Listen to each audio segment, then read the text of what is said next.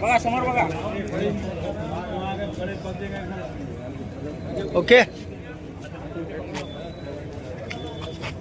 Okay. आज या ठिकाणी आपण सर्वजण उपस्थित झालो आहोत. दीपस्तंभ प्रतिष्ठान जी मेघना दिदींची NGO आहे, त्यांच्या प्रयत्नामुळे माननीय आपले नगराध्यक्ष प्रतापभैया देशमुख यांच्या मार्गदर्शनाखाली आज आपण आपल्या जिंतूरची जी उलटी नदी आहे, जी घाण पार कचऱ्यामुळे खराब झाली आहे, त्याचं स्वच्छ करण्याची मोहीम आपण सुरू करत आहोत. आणि आज मी जिंतूरकरांना सांगू इच्छितो की ही स्वच्छ करण्याची मोहीम फक्त एक पहिलं पाऊल आहे.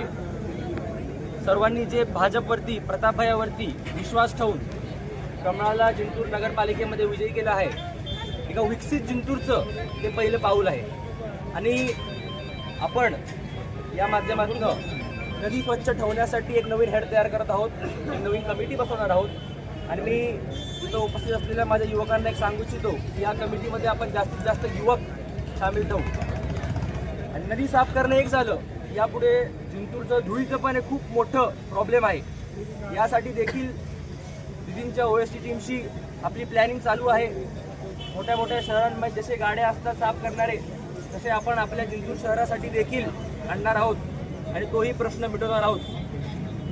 सर्वांचं आज या ठिकाणी मोठ्या संख्येमध्ये उपस्थित झाल्याबद्दल खूप खूप आभार. आणि प्रतापभैयांना पुढच्या वाटचालीसाठी ऑल द बेस्ट. धन्यवाद.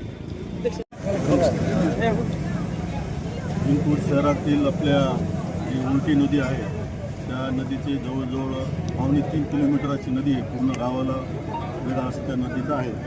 आणि त्या नदीचं स्वच्छीकरण संगोपन तुमच्या नामदार आदरणीय पालकमंत्री मेघना दिदी बोर्डीकर सापर यांच्या मार्गदर्शनाखाली मागच्या 5 वर्षापासून आमचं हे युनिट चालू आहे. कारण काही मधल्या काही अडचण असल्यामुळे आम्ही ते करू शकलो नाही. पण आज रोजी सत्तेच्या माध्यमातून आणि नगर परिषदेच्या माध्यमातून आज आम्ही ते कामाचा शुभारंभ त्यांचे सुपुत्र आदरणीय ध्रुवभैया यांच्या अध्यक्षतेखाली यांच्या प्रमुख पाहुण्याच्या वतीनं आम्ही या ठिकाणी करण्यात आलो. आणि हे उपक्रम हा पहिला टप्पा स्वच्छतेचा आहे. नंतर केंद्रातून निधी येऊन पुढील टप्प्यात आम्ही याचे बरेच 3 ते 4 टप्पे त्यातून आणि अख्ख्या नदीचं त्या ठिकाणी संगोपन करण्याचा निर्धार या ठिकाणी केला. आज नदी स्वच्छता अभियानाअंतर्गत आपल्या जिंतूर नगरपालिकेचे सन्माननीय नगराध्यक्ष आदरणीय प्रतापजी देशमुख आणि आपल्या सर्वांचेच आयडॉल म्हणलं तर काही वावगं ठरणार नाही, आपले ध्रुवभैया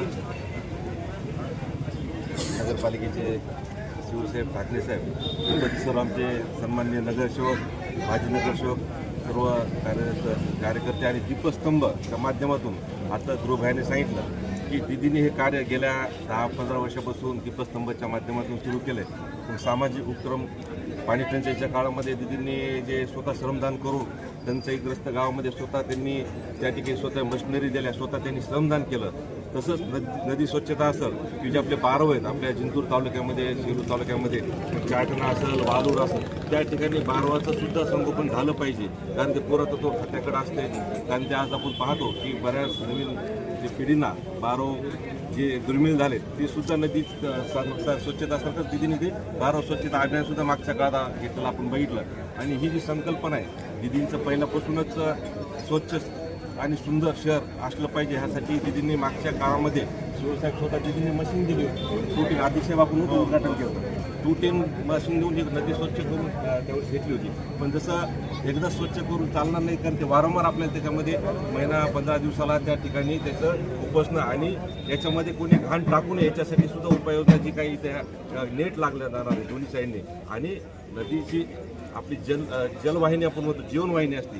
एक मागे आपण नगराध्यक्ष असताना आदरणीय बोर्डीकर साहेबांच्या आदरणीय दिदींच्या आदरणीय अंकाच्या मार्गदर्शनाखाली जेव्हा 2012ला नगराध्यक्ष होतो जिंतूर शहरात, आम्ही त्यावेळेस 27 कोटीचा आपण नदी संवर्धनाचा प्रस्ताव महाराष्ट्र शासनाला दिला होता. ठीक आहे, त्या काळामध्ये आपल्याला निधी त्यावेळी उपलब्ध झाला नाही. पण आता सन्मान्य नगराध्यक्ष आहेत, आता आपल्या जिल्ह्याच्या पालकमंत्री आहेत मेघना दिदी आणि आदरणीय बोर्डिंग साहेब, आदरणीय अंकल साहेब, सर्वांच्या मार्गदर्शनाखाली जिंतूर शहराचं जे सौंदर्य त्या नदीच्या माध्यमातून मग त्या ठिकाणी वॉकिंग ट्रॅक असेल, जॉगिंग ट्रॅक असेल, नदीचं काम करत असताना दोन्ही साईडनी पिचिंग तर होणार आहे, पण चलताना दोन्ही साईडला त्या ठिकाणी जे आपले बाहेर फिरायला जातात, रोडला फिरायला जातात, त्यामुळे काही अपघात घडतात, ते अपघात घडू नये. आणि ह्या नदी स्वच्छताच्या अंतर्गत हे जे घाणपाणी आहे त्याचं एक फिल्टर प्लांट असतो, हा अकोलीला त्या ठिकाणी जागा बघितली होती, एक दोन एकर त्याला जागा लागणार आहे. हे पाणी स्वच्छ करून ते पाणी पुनर्वापरासाठी कसं शेतीला देता येईल हे सुद्धा त्या ठिकाणी युनिट त्या फिल्टर प्लांटचं बसणार आहे. आणि जेवढे ह्या नदीच्या अंतर्गत जेवढे काही मंदिर संस्थान दर्गा येतात, मस्जिद येतात, ते जेवढे स्मशानभूमी येतात त्याचा सुद्धा विकास या अंतर्गत होणार आहे. कारण त्यावेळेसचा प्रस्ताव जो आपण केला हा टोटल डिपॅचच्या पद्धतीचा होता आणि आता सुधारित अजून काय काय चांगलं करता येईल. आदरणीय सन्मान्य नगरसेवक असतील, आपले ध्रुवभाई असतील, आपले पालकमंत्री दिदी साहेब असतील आणि सगळ्यांचं मार्गदर्शन घेऊन याच्यामध्ये चांगलं काय शहरासाठी करता येईल. कारण दिदीचं विजन आपल्या सर्वांनी बघितलं.